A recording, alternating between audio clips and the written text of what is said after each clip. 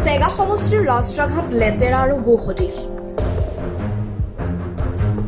Attention বিধায়ক আশৰাফুল হুছেইন ডাঙৰীয়া, আপুনি অলপ হ'লেও লাজ পাবনে?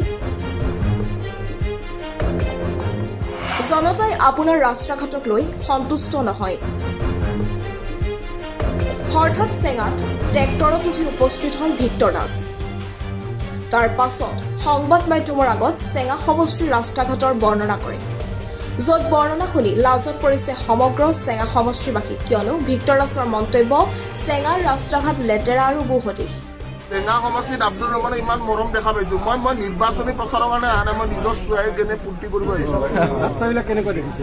লেতেৰা ভাল, গম পাইছে নাই? ৰাস্তা গু ৰাস্তা। আৰু ইয়াৰে যোনটো এতিয়া বৰ্তমান MLA, তাক কবি ক'লে ভিক্টৰ দাস আহিছিলে, ৰাস্তাটো গু বুলি কৈ থৈ গৈছে।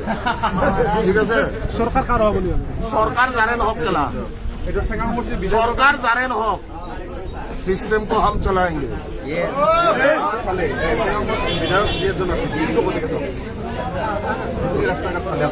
তই কি ভাল কবি? তই কি কবি? তোৰ মতে কি ক'ব লাগে? তোৰ মতে বেয়া হৈছে। তোৰ মতে যদি বেয়া, মোৰ মতেও বেয়া কেলা, বেয়া হৈছে। বেয়া হৈছে ন? এইটো সমষ্টিত তহঁতে সুখী নেকি?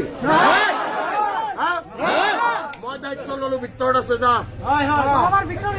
এইবাৰ ভিক্টৰ মই খেলিলে এনেই জিকিম।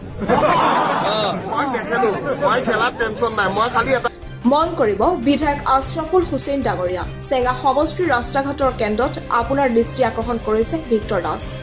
এই ক্ষেত্ৰত আপোনাৰ ওচৰত আছেনে কোনো ধৰণৰ উত্তৰ? News desk report, top idea প্ৰ'।